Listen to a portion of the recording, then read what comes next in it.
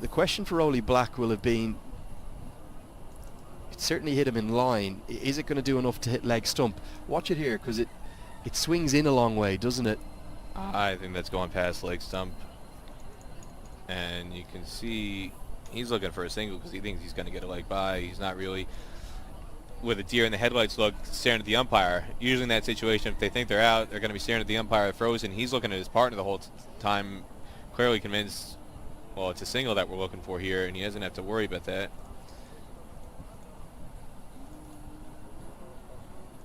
Well, I think both decisions could have gone either way. That's the best way to put it. I also think, in fairness to Rolly Black, that's probably going to be clipping leg stump on DRS had we had it. We obviously won't at the Pathway Events level. But as you rightly said, 48 hours ago, all those kind of decisions were going in favour of the batter. But now the Dutch are in trouble, and no question about their top three. Levitt's a class act. Max O'Dowd's their leading run scorer. Vikramjit Singh, he's gone past 1,000 ODI runs. Scott Edwards had a brilliant Super League. He's found himself a little bit out of form, and now a mix-up and possibly a second run out. An absolute calamity for USA. Edwards' game is built around, for Netherlands, Edwards' game is built around fast running, and USA, well, they are cock-a-hoop because they have found a bonus wicket from nowhere. Kroos turned quickly, wanted the second. There never was one on. Edwards rightly sent him back, but Kroos couldn't turn quick enough. And the perfect flat throw from the deep. Again, the bails are whipped off, and I think this time there's no question about it. He's well short. My goodness. No third umpire needed there, Lenny. Stephen Taylor with the relay from long off to Smit Patel. And we talked about the fielding standards being elevated for USA over the last 24 months. We're seeing several examples of that here in the last 15 minutes. First Kenjige, now Taylor.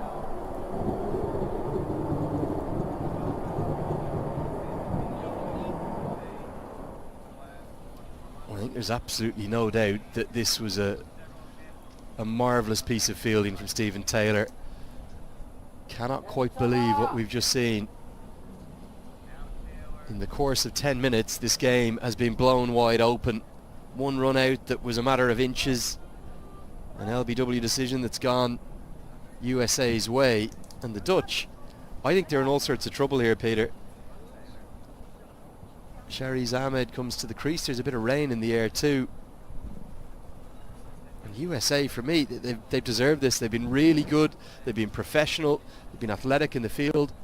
They've been energised. Manik Patel captained them very, very well. And now's the litmus test for the Netherlands. Can they get up to any kind of a defendable score with what they've got left in the hutch? Scott Edwards and his lower order are going to have to do something special from here. Well, 20 minutes ago I was saying it's going to take an awful lot for USA to break the historic Dutch streak. They've never beaten the Netherlands in any format. It looks like the Netherlands were well on course to maintain that streak, and then chaos in the last 2 overs. 3 wickets in the space of 6 deliveries, Lenny. And it's now the opposite. The Americans are in complete control of this contest. Courtesy of some self-inflicted wounds by the Dutch. 2 runouts in that sequence. Extraordinary. And of all the fielders in the American side that you don't want to take on in terms of a throw from the deep, it's Stephen Taylor. That was the perfect piece of deep fielding, wasn't it? On the bounce. It was exactly where the keeper Smit Patel would have wanted it. And it's rare in the last cycle that USA outfielded teams and out-harried and hurried oppositions. They often had the skills with the bat and ball, but they didn't really put it together as a team performance. But they look really rejuvenated, don't they, under Stuart Law? And having been nowhere really in the qualifier a year ago, they're showing that even against the very best of the associates, remember the Netherlands dropping down from the Super League, that they're going to be a formidable opposition throughout these 36 ODIs that they will play.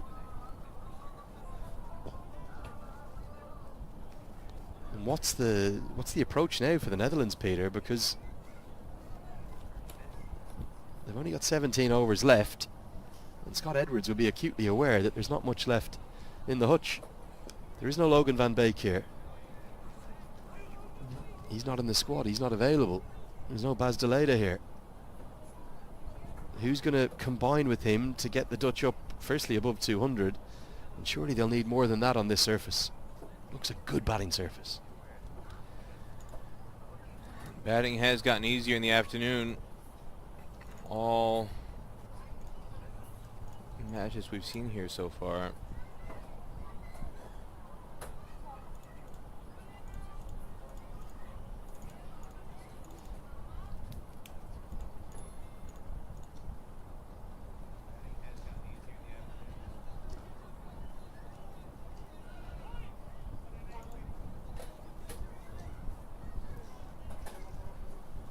Did finally manage to get back and get a freeze frame on that first LBW as Kumar beats the first run out, and it's definitely out. It's a really good decision from Rizwan Akram. It's a great shot actually. You are able, if you're watching ICC TV, you can enjoy scrolling back. You can probably do that in Willow TV too actually, and Fancode, our 3 official broadcast platforms. But there's a great shot, isn't there, of Rizwan Akram eagle-eyed at square leg, making sure he's in the best possible position. Was probably only out by less than 6 inches. Which is a big margin, relatively speaking. Now, our view is obstructed by Smit Patel, but he's got a very clear angle, and that's, for an umpire of international standard, that's a straightforward decision. Not in real time, Peter, I'm sorry. Yes, it is. If you give that decision to the guys at the top who are so used to DRS and Lenny, I just go into the third umpire, they're going to be going, what? Have you ever umpired, Lenny? Yeah, I'm qualified level 2. I've spent some time umpiring the leagues. To me, that's a straightforward decision. If you're Well, on field, that freeze frame is probably out by 3 inches, so you've got better eyes than I do. I think that's a marvellous piece of umpiring. I would not call that straightforward at all. In fact, I'd call it anything but. End of the 34th, 138 for 5. Lenny, that's why these guys get paid the big bucks. That's why they're out there in the middle.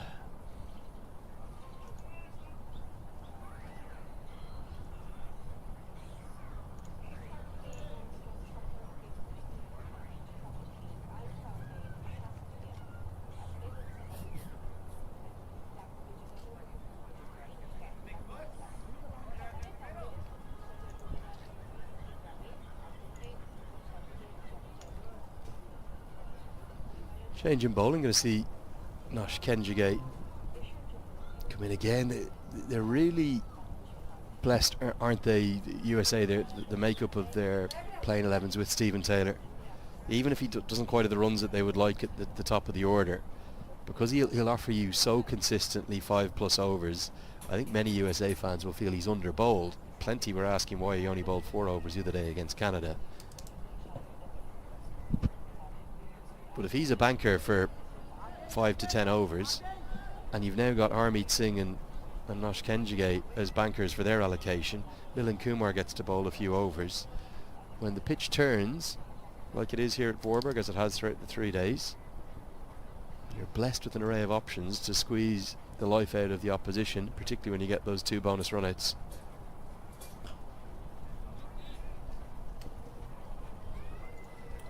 And the question is, do they bowl Kenjige through to the 50th over? If he's going to bowl out, he's going to have to bowl to the end of the innings, essentially. At least to the 48th, 49th. This is the 35th over. He'll have to bowl to 49. Might have taken a little too long to get him back into action, potentially.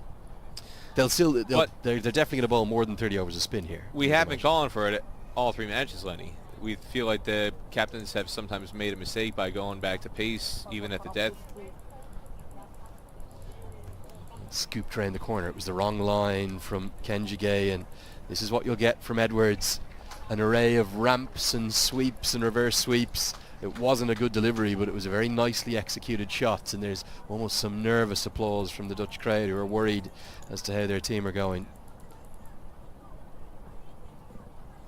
These are the kind of shots you don't really see USA play on field or in the nets.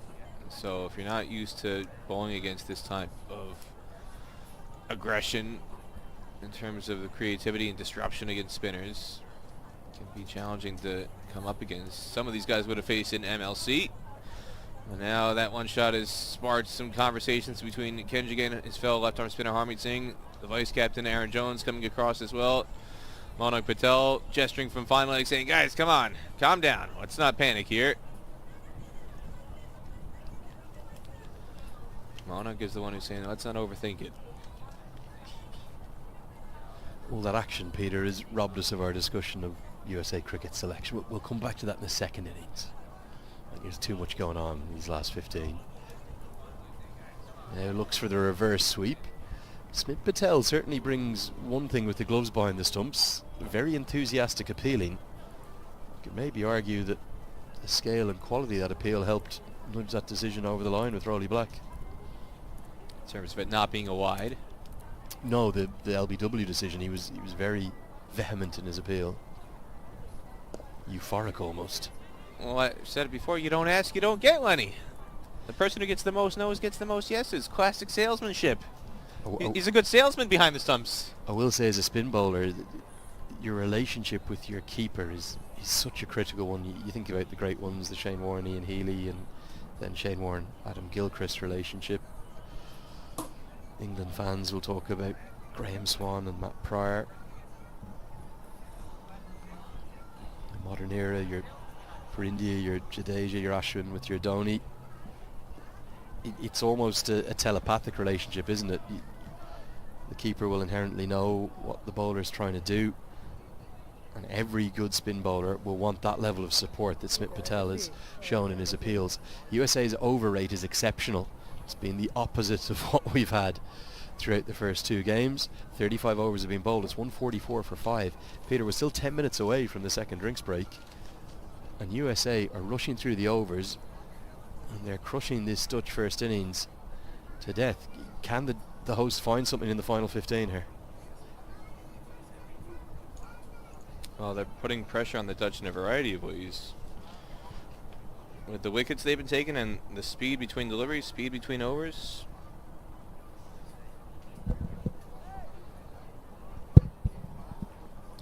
Not giving the Dutch time to think. They're in real trouble, the Netherlands, and I think one thing is for certain, that a misfield from Jones is going to allow a single. Might have just done himself some damage as well. He's throwing his left hand about in a bit of pain, and he's going to be alright, just a stinger. But the one thing for certain, Peter, for me, is that even though the Dutch have come down from the Super League, and even though they competed very ably in that, they were brilliant in the qualifier last year and then fantastic in parts of the World Cup in India, they're not going to win every game here in this Cricket World Cup League 2.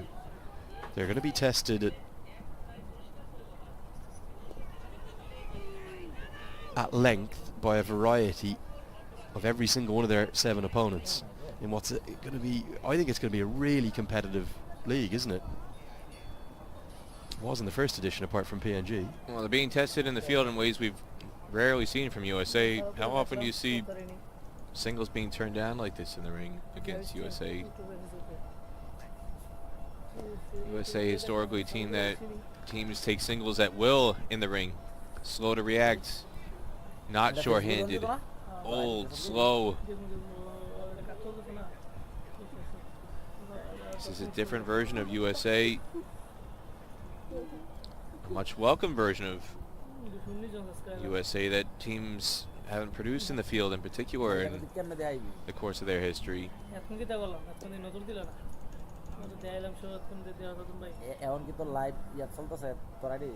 Even as recently as 2019, 2020,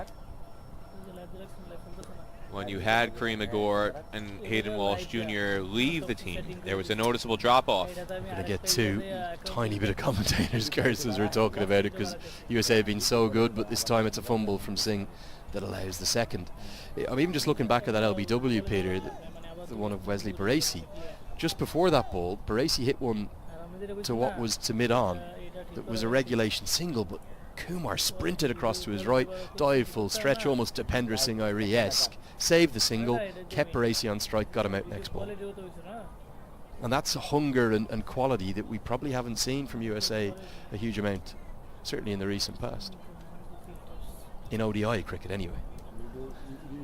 They don't have to be superhuman in the field. It's just about doing the basics, cleaning up little things. Again, talked about it with Monak Patel in the chat I had with him after the win they had over Canada.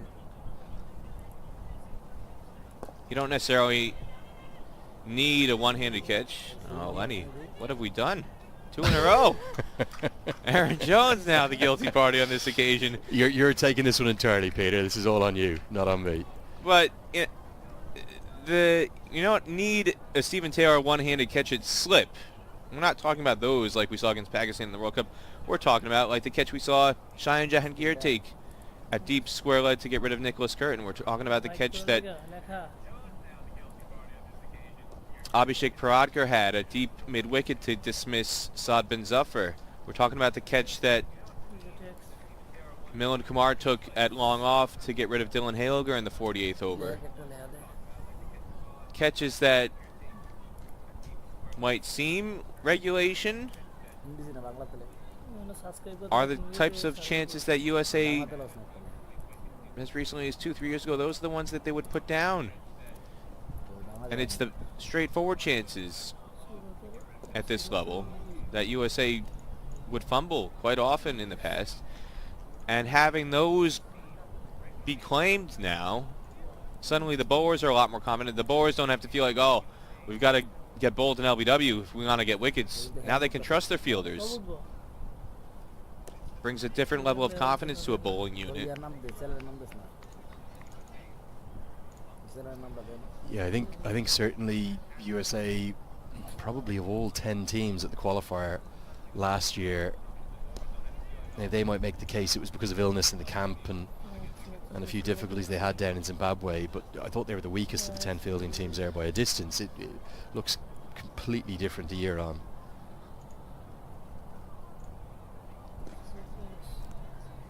Well, and in this tour specifically, they're missing Saurabh Netravalkar, who is their all-time leading wicket taker, but he's arguably the weakest fielder USA has had in recent times. And the options they've had in this squad are better fielders. Even something as subtle as that has had an impact. The bowling unit maybe not quite as potent on the fast bowling side without Netravalkar and Ali Khan, but they've made up for that with their fielding in this first 2 matches of the tour, and it's noticeable, that's for sure.